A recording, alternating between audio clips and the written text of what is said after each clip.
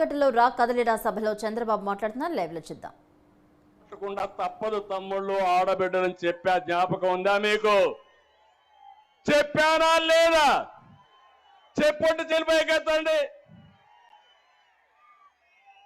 నా మాట విన్నారా మీరు? ఇన్లా మీతో కూడా నాకు కూడా కష్టాలు వచ్చేసాయి. అందరం కష్టపడ్డావా లేదా? అందరం బాధితులు అవునా కాదా అని మిమ్మల్ని అడుగుతున్నా. అది ఏ విధంగా కూడా మీకు చెప్తాను ఇప్పుడే. నేను ఒక విషయం మీద చూడండి, ఇక్కడ ఈ జిల్లాలో 365 కోట్లతో జైన్ ఇరిగేషన్కి నేను శ్రీకారం చుట్టాను. అది వస్తే ఏవైనా మొక్కలు కావాలంటే పెంచడం, ఫుడ్ ప్రాసెసింగ్ పెట్టడం, అవన్నీ వచ్చేటివి. దాంతో అతను వస్తానే దాన్ని తరివేశాడు. ఇంకో పక్కన నందికొట్కూరులో 650 కోట్ల రూపాయలతో మెగా సీడ్ పార్క్ ఎస్టాబ్లిష్ చేశాను. అది కానొచ్చుంటే ఈ కర్నూలు జిల్లా ప్రతి రైతు విత్తనాలు పండించేవారు, ప్రాసెసింగ్ అయ్యేది. ప్రపంచానికి మొత్తం విత్తన సరఫరా కేంద్రంగా ఈ నంద్యాల జిల్లా ఉండేది. దాన్ని పుణ్యం కట్టుకున్నాడు. ఇంకో పక్క మీరు చూస్తూ ఉంటే ఎమ్మిగనూరులో టెక్స్టైల్ పార్క్ కోసం నేను ఆ రోజు శాంక్షన్ చేస్తే అది కూడా పోయింది. ఇంకో పక్క ఇక్కడే ఓర్వకల్లో 15 నెలల్లో ఒక ఎయిర్పోర్ట్ నిర్మాణం చేసిన ఘనత తెలుగుదేశం పార్టీది. అక్కడే ఓర్వకల్లు ఇండస్ట్రియల్ టౌన్షిప్ కూడా ఎస్టాబ్లిష్ చేశాం. ఒక స్టీల్ ప్లాంట్ కూడా వచ్చింది. అదే నేనుంటే కర్నూలు ఒక పారిశ్రామిక వాడగా హబ్గా తయారయ్యేది.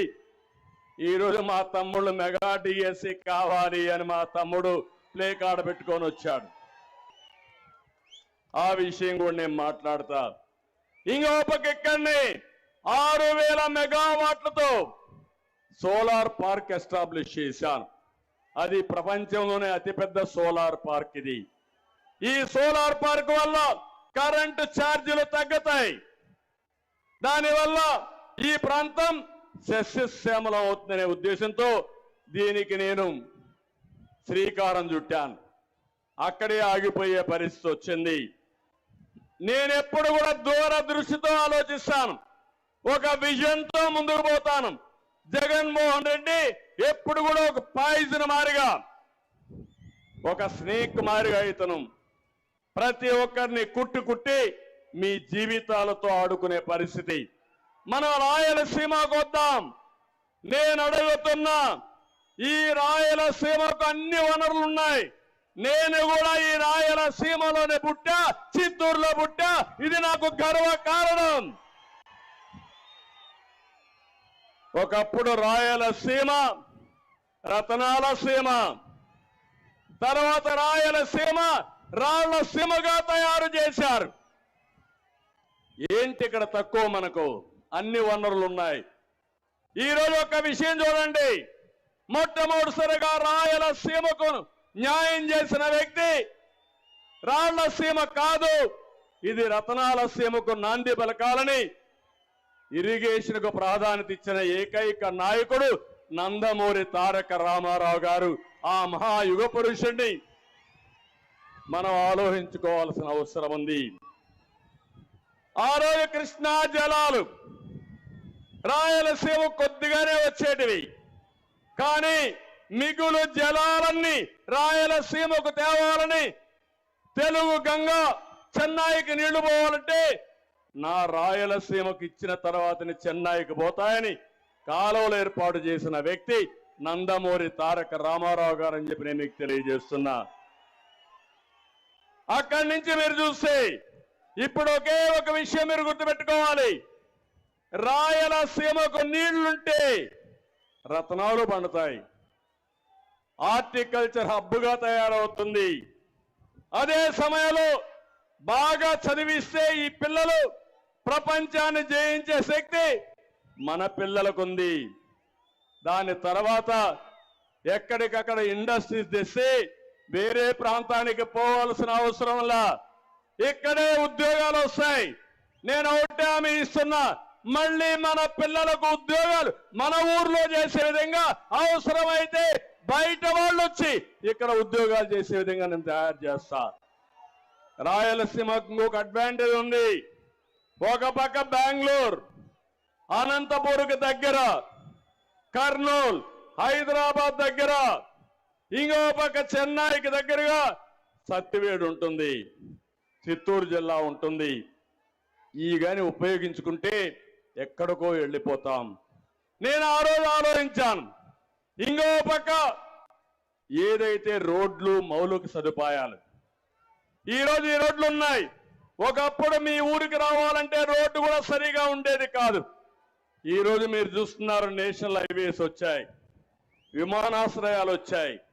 ఈరోజు మీరు చూస్తే ఇక్కడే కర్నూలుకి ఓర్వకల్లో విమానాశ్రయం కట్టాం, కడప విమానాశ్రయాన్ని రన్వే పెంచాం, తిరుపతి ఇంటర్నేషనల్ ఎయిర్పోర్ట్ చేశాం. ఇవన్నీ చేసిన పార్టీ తెలుగుదేశం పార్టీ అని మరొక్కసారి మీ అందరికీ తెలియజేస్తున్నా.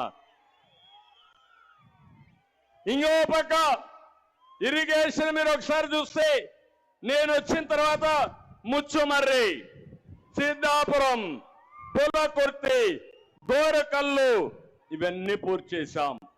పులికర అవుగు టన్నులు పూర్తి చేశాం. అలగనూరు నీళ్లు లీక్ అవుతున్నాయి, దానికి కావాల్సింది 2 కోట్లు ఇస్తే ఆ నీళ్లు నిలిచేది. 5 ఏళ్ళు అయింది, ఆ 2 కోట్లు ఇవ్వలేక అది 20 కోట్లు అయింది. నీళ్లు నిలిపే పరిస్థితి లేదు. అది అసమర్థ పాలన. తెలుగుదేశం వస్తానే 1 సంవత్సరంలో లేకపోతే 6 నెలల్లో అలగనూరు రిపేర్ చేసే బాధ్యత తెలుగుదేశం పార్టీ తీసుకుంటాం. నేను అడుగుతున్నా, ఈరోజు మొన్నే ఇరిగేషన్ కోసం వచ్చాను. సాగునీటి ప్రాజెక్టులన్నీ కూడా ఇక్కడే కర్నూలు నుంచి ప్రారంభించాను, నందికొట్కూరు నుంచి. అక్కడి నుంచి శ్రీకాకుళం వరకు వెళ్ళాను. నేను చిత్తూరుకి వెళ్ళాను. అంగళ్ళ దగ్గర నేను ఎన్ఎస్జి ప్రొటెక్టివ్ వీళ్ళందరూ ఉంటారు, వాళ్ళందరూ ఉన్నారు. దారిగాచి నా మీదనే దాడి చేయడానికి వచ్చారు. ఇదేంటని అన్యాయం అడిగితే 307 అంటే అటెంప్ట్ టు మర్డర్. నేనేదో వీళ్ళందరినీ పెట్టుకొని చంపడానికి పోయానని నా మీదనే 307 కేసు పెట్టారంటే, తమ్ముళ్ళు మీరు ఒక్కసారి ఆలోచించండి. నేనే లెక్క లేకపోతే మీరు ఒక లెక్క అని మిమ్మల్ని అడుగుతున్నాను. ఒక మదమెక్కిన వ్యక్తి అహంభావంతో ఇంకా దిక్కు తెలియకుండా అధికారం వచ్చిందని అసలే కోతి, ఆ పైన కళ్ళు దాగింది, ఆ పైన ముళ్ళు కొట్టింది. ఇంకా చూడు దాని కథ ఆడతాది. అధికారం వచ్చి అందరం ఎక్కి మన మీద దాడి చేసి నా మీదనే అటెంప్ట్ మర్డర్ కేసు